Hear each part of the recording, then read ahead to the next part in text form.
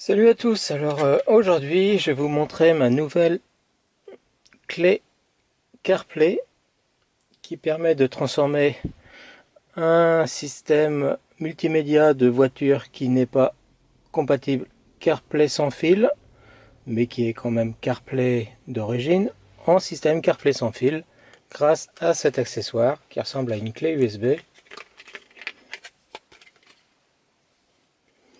Et si votre voiture est équipée d'un port type C au lieu du type A classique, eh bien vous aurez cet adaptateur de fourni. Alors la marque c'est Yuda ou Xuda, peu importe. Et celle-ci a l'intérêt d'être compatible à la fois avec CarPlay et Android Auto. Alors voilà la petite notice qui vous dit pas grand chose. Il y a des QR codes qui vous donneront accès apparemment à la liste des véhicules compatibles. Pour l'installer, c'est très simple. Vous allez activer le Wi-Fi et le Bluetooth sur votre téléphone. Si jamais vous avez déjà utilisé un autre truc CarPlay dans votre voiture, le mieux c'est d'aller dans CarPlay et d'effacer ce qui était existant. Ça sert à rien d'avoir 12 000 profils. Et donc, j'ai juste à allumer le système de la voiture, brancher la clé, et puis je vais dans Bluetooth. Ici vous avez le message Please connect Bluetooth. Et vous avez un Smartbox quelque chose qui apparaît sur votre accessoire. Vous faites jumeler.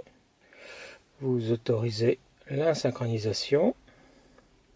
Et voilà, c'est terminé. Utilisez CarPlay. S'affiche.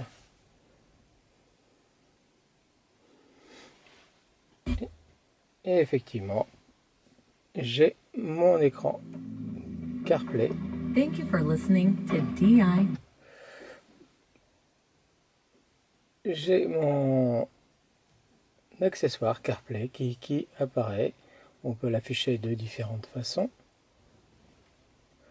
On peut, suivant les applications que vous aurez installées sur votre smartphone, vous aurez différentes applications qui vont s'afficher sur cet écran. Et le grand intérêt, c'est que vous n'aurez plus à allumer ou connecter votre téléphone. Vous le gardez dans la poche et c'est tout. Vous pourrez bien sûr utiliser le bouton d'accès à Siri sur votre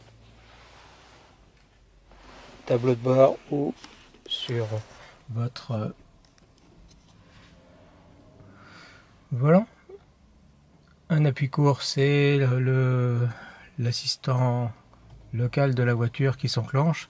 Donc ils sont très mauvais généralement, donc ne le faites pas. Et un appui long, ça demandera un accès à Siri. Et donc avec Siri, vous pouvez faire tout ce que vous voulez.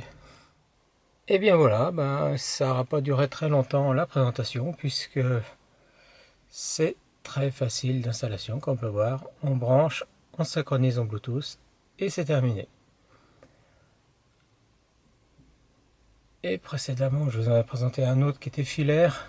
Pourquoi j'ai changé? Parce que suite aux mises à jour chez Hyundai, ça commençait à être de moins en moins compatible, alors que cette version, c'est une version plus récente, qui en plus accepte les deux types de téléphone, et en plus, il est moins cher.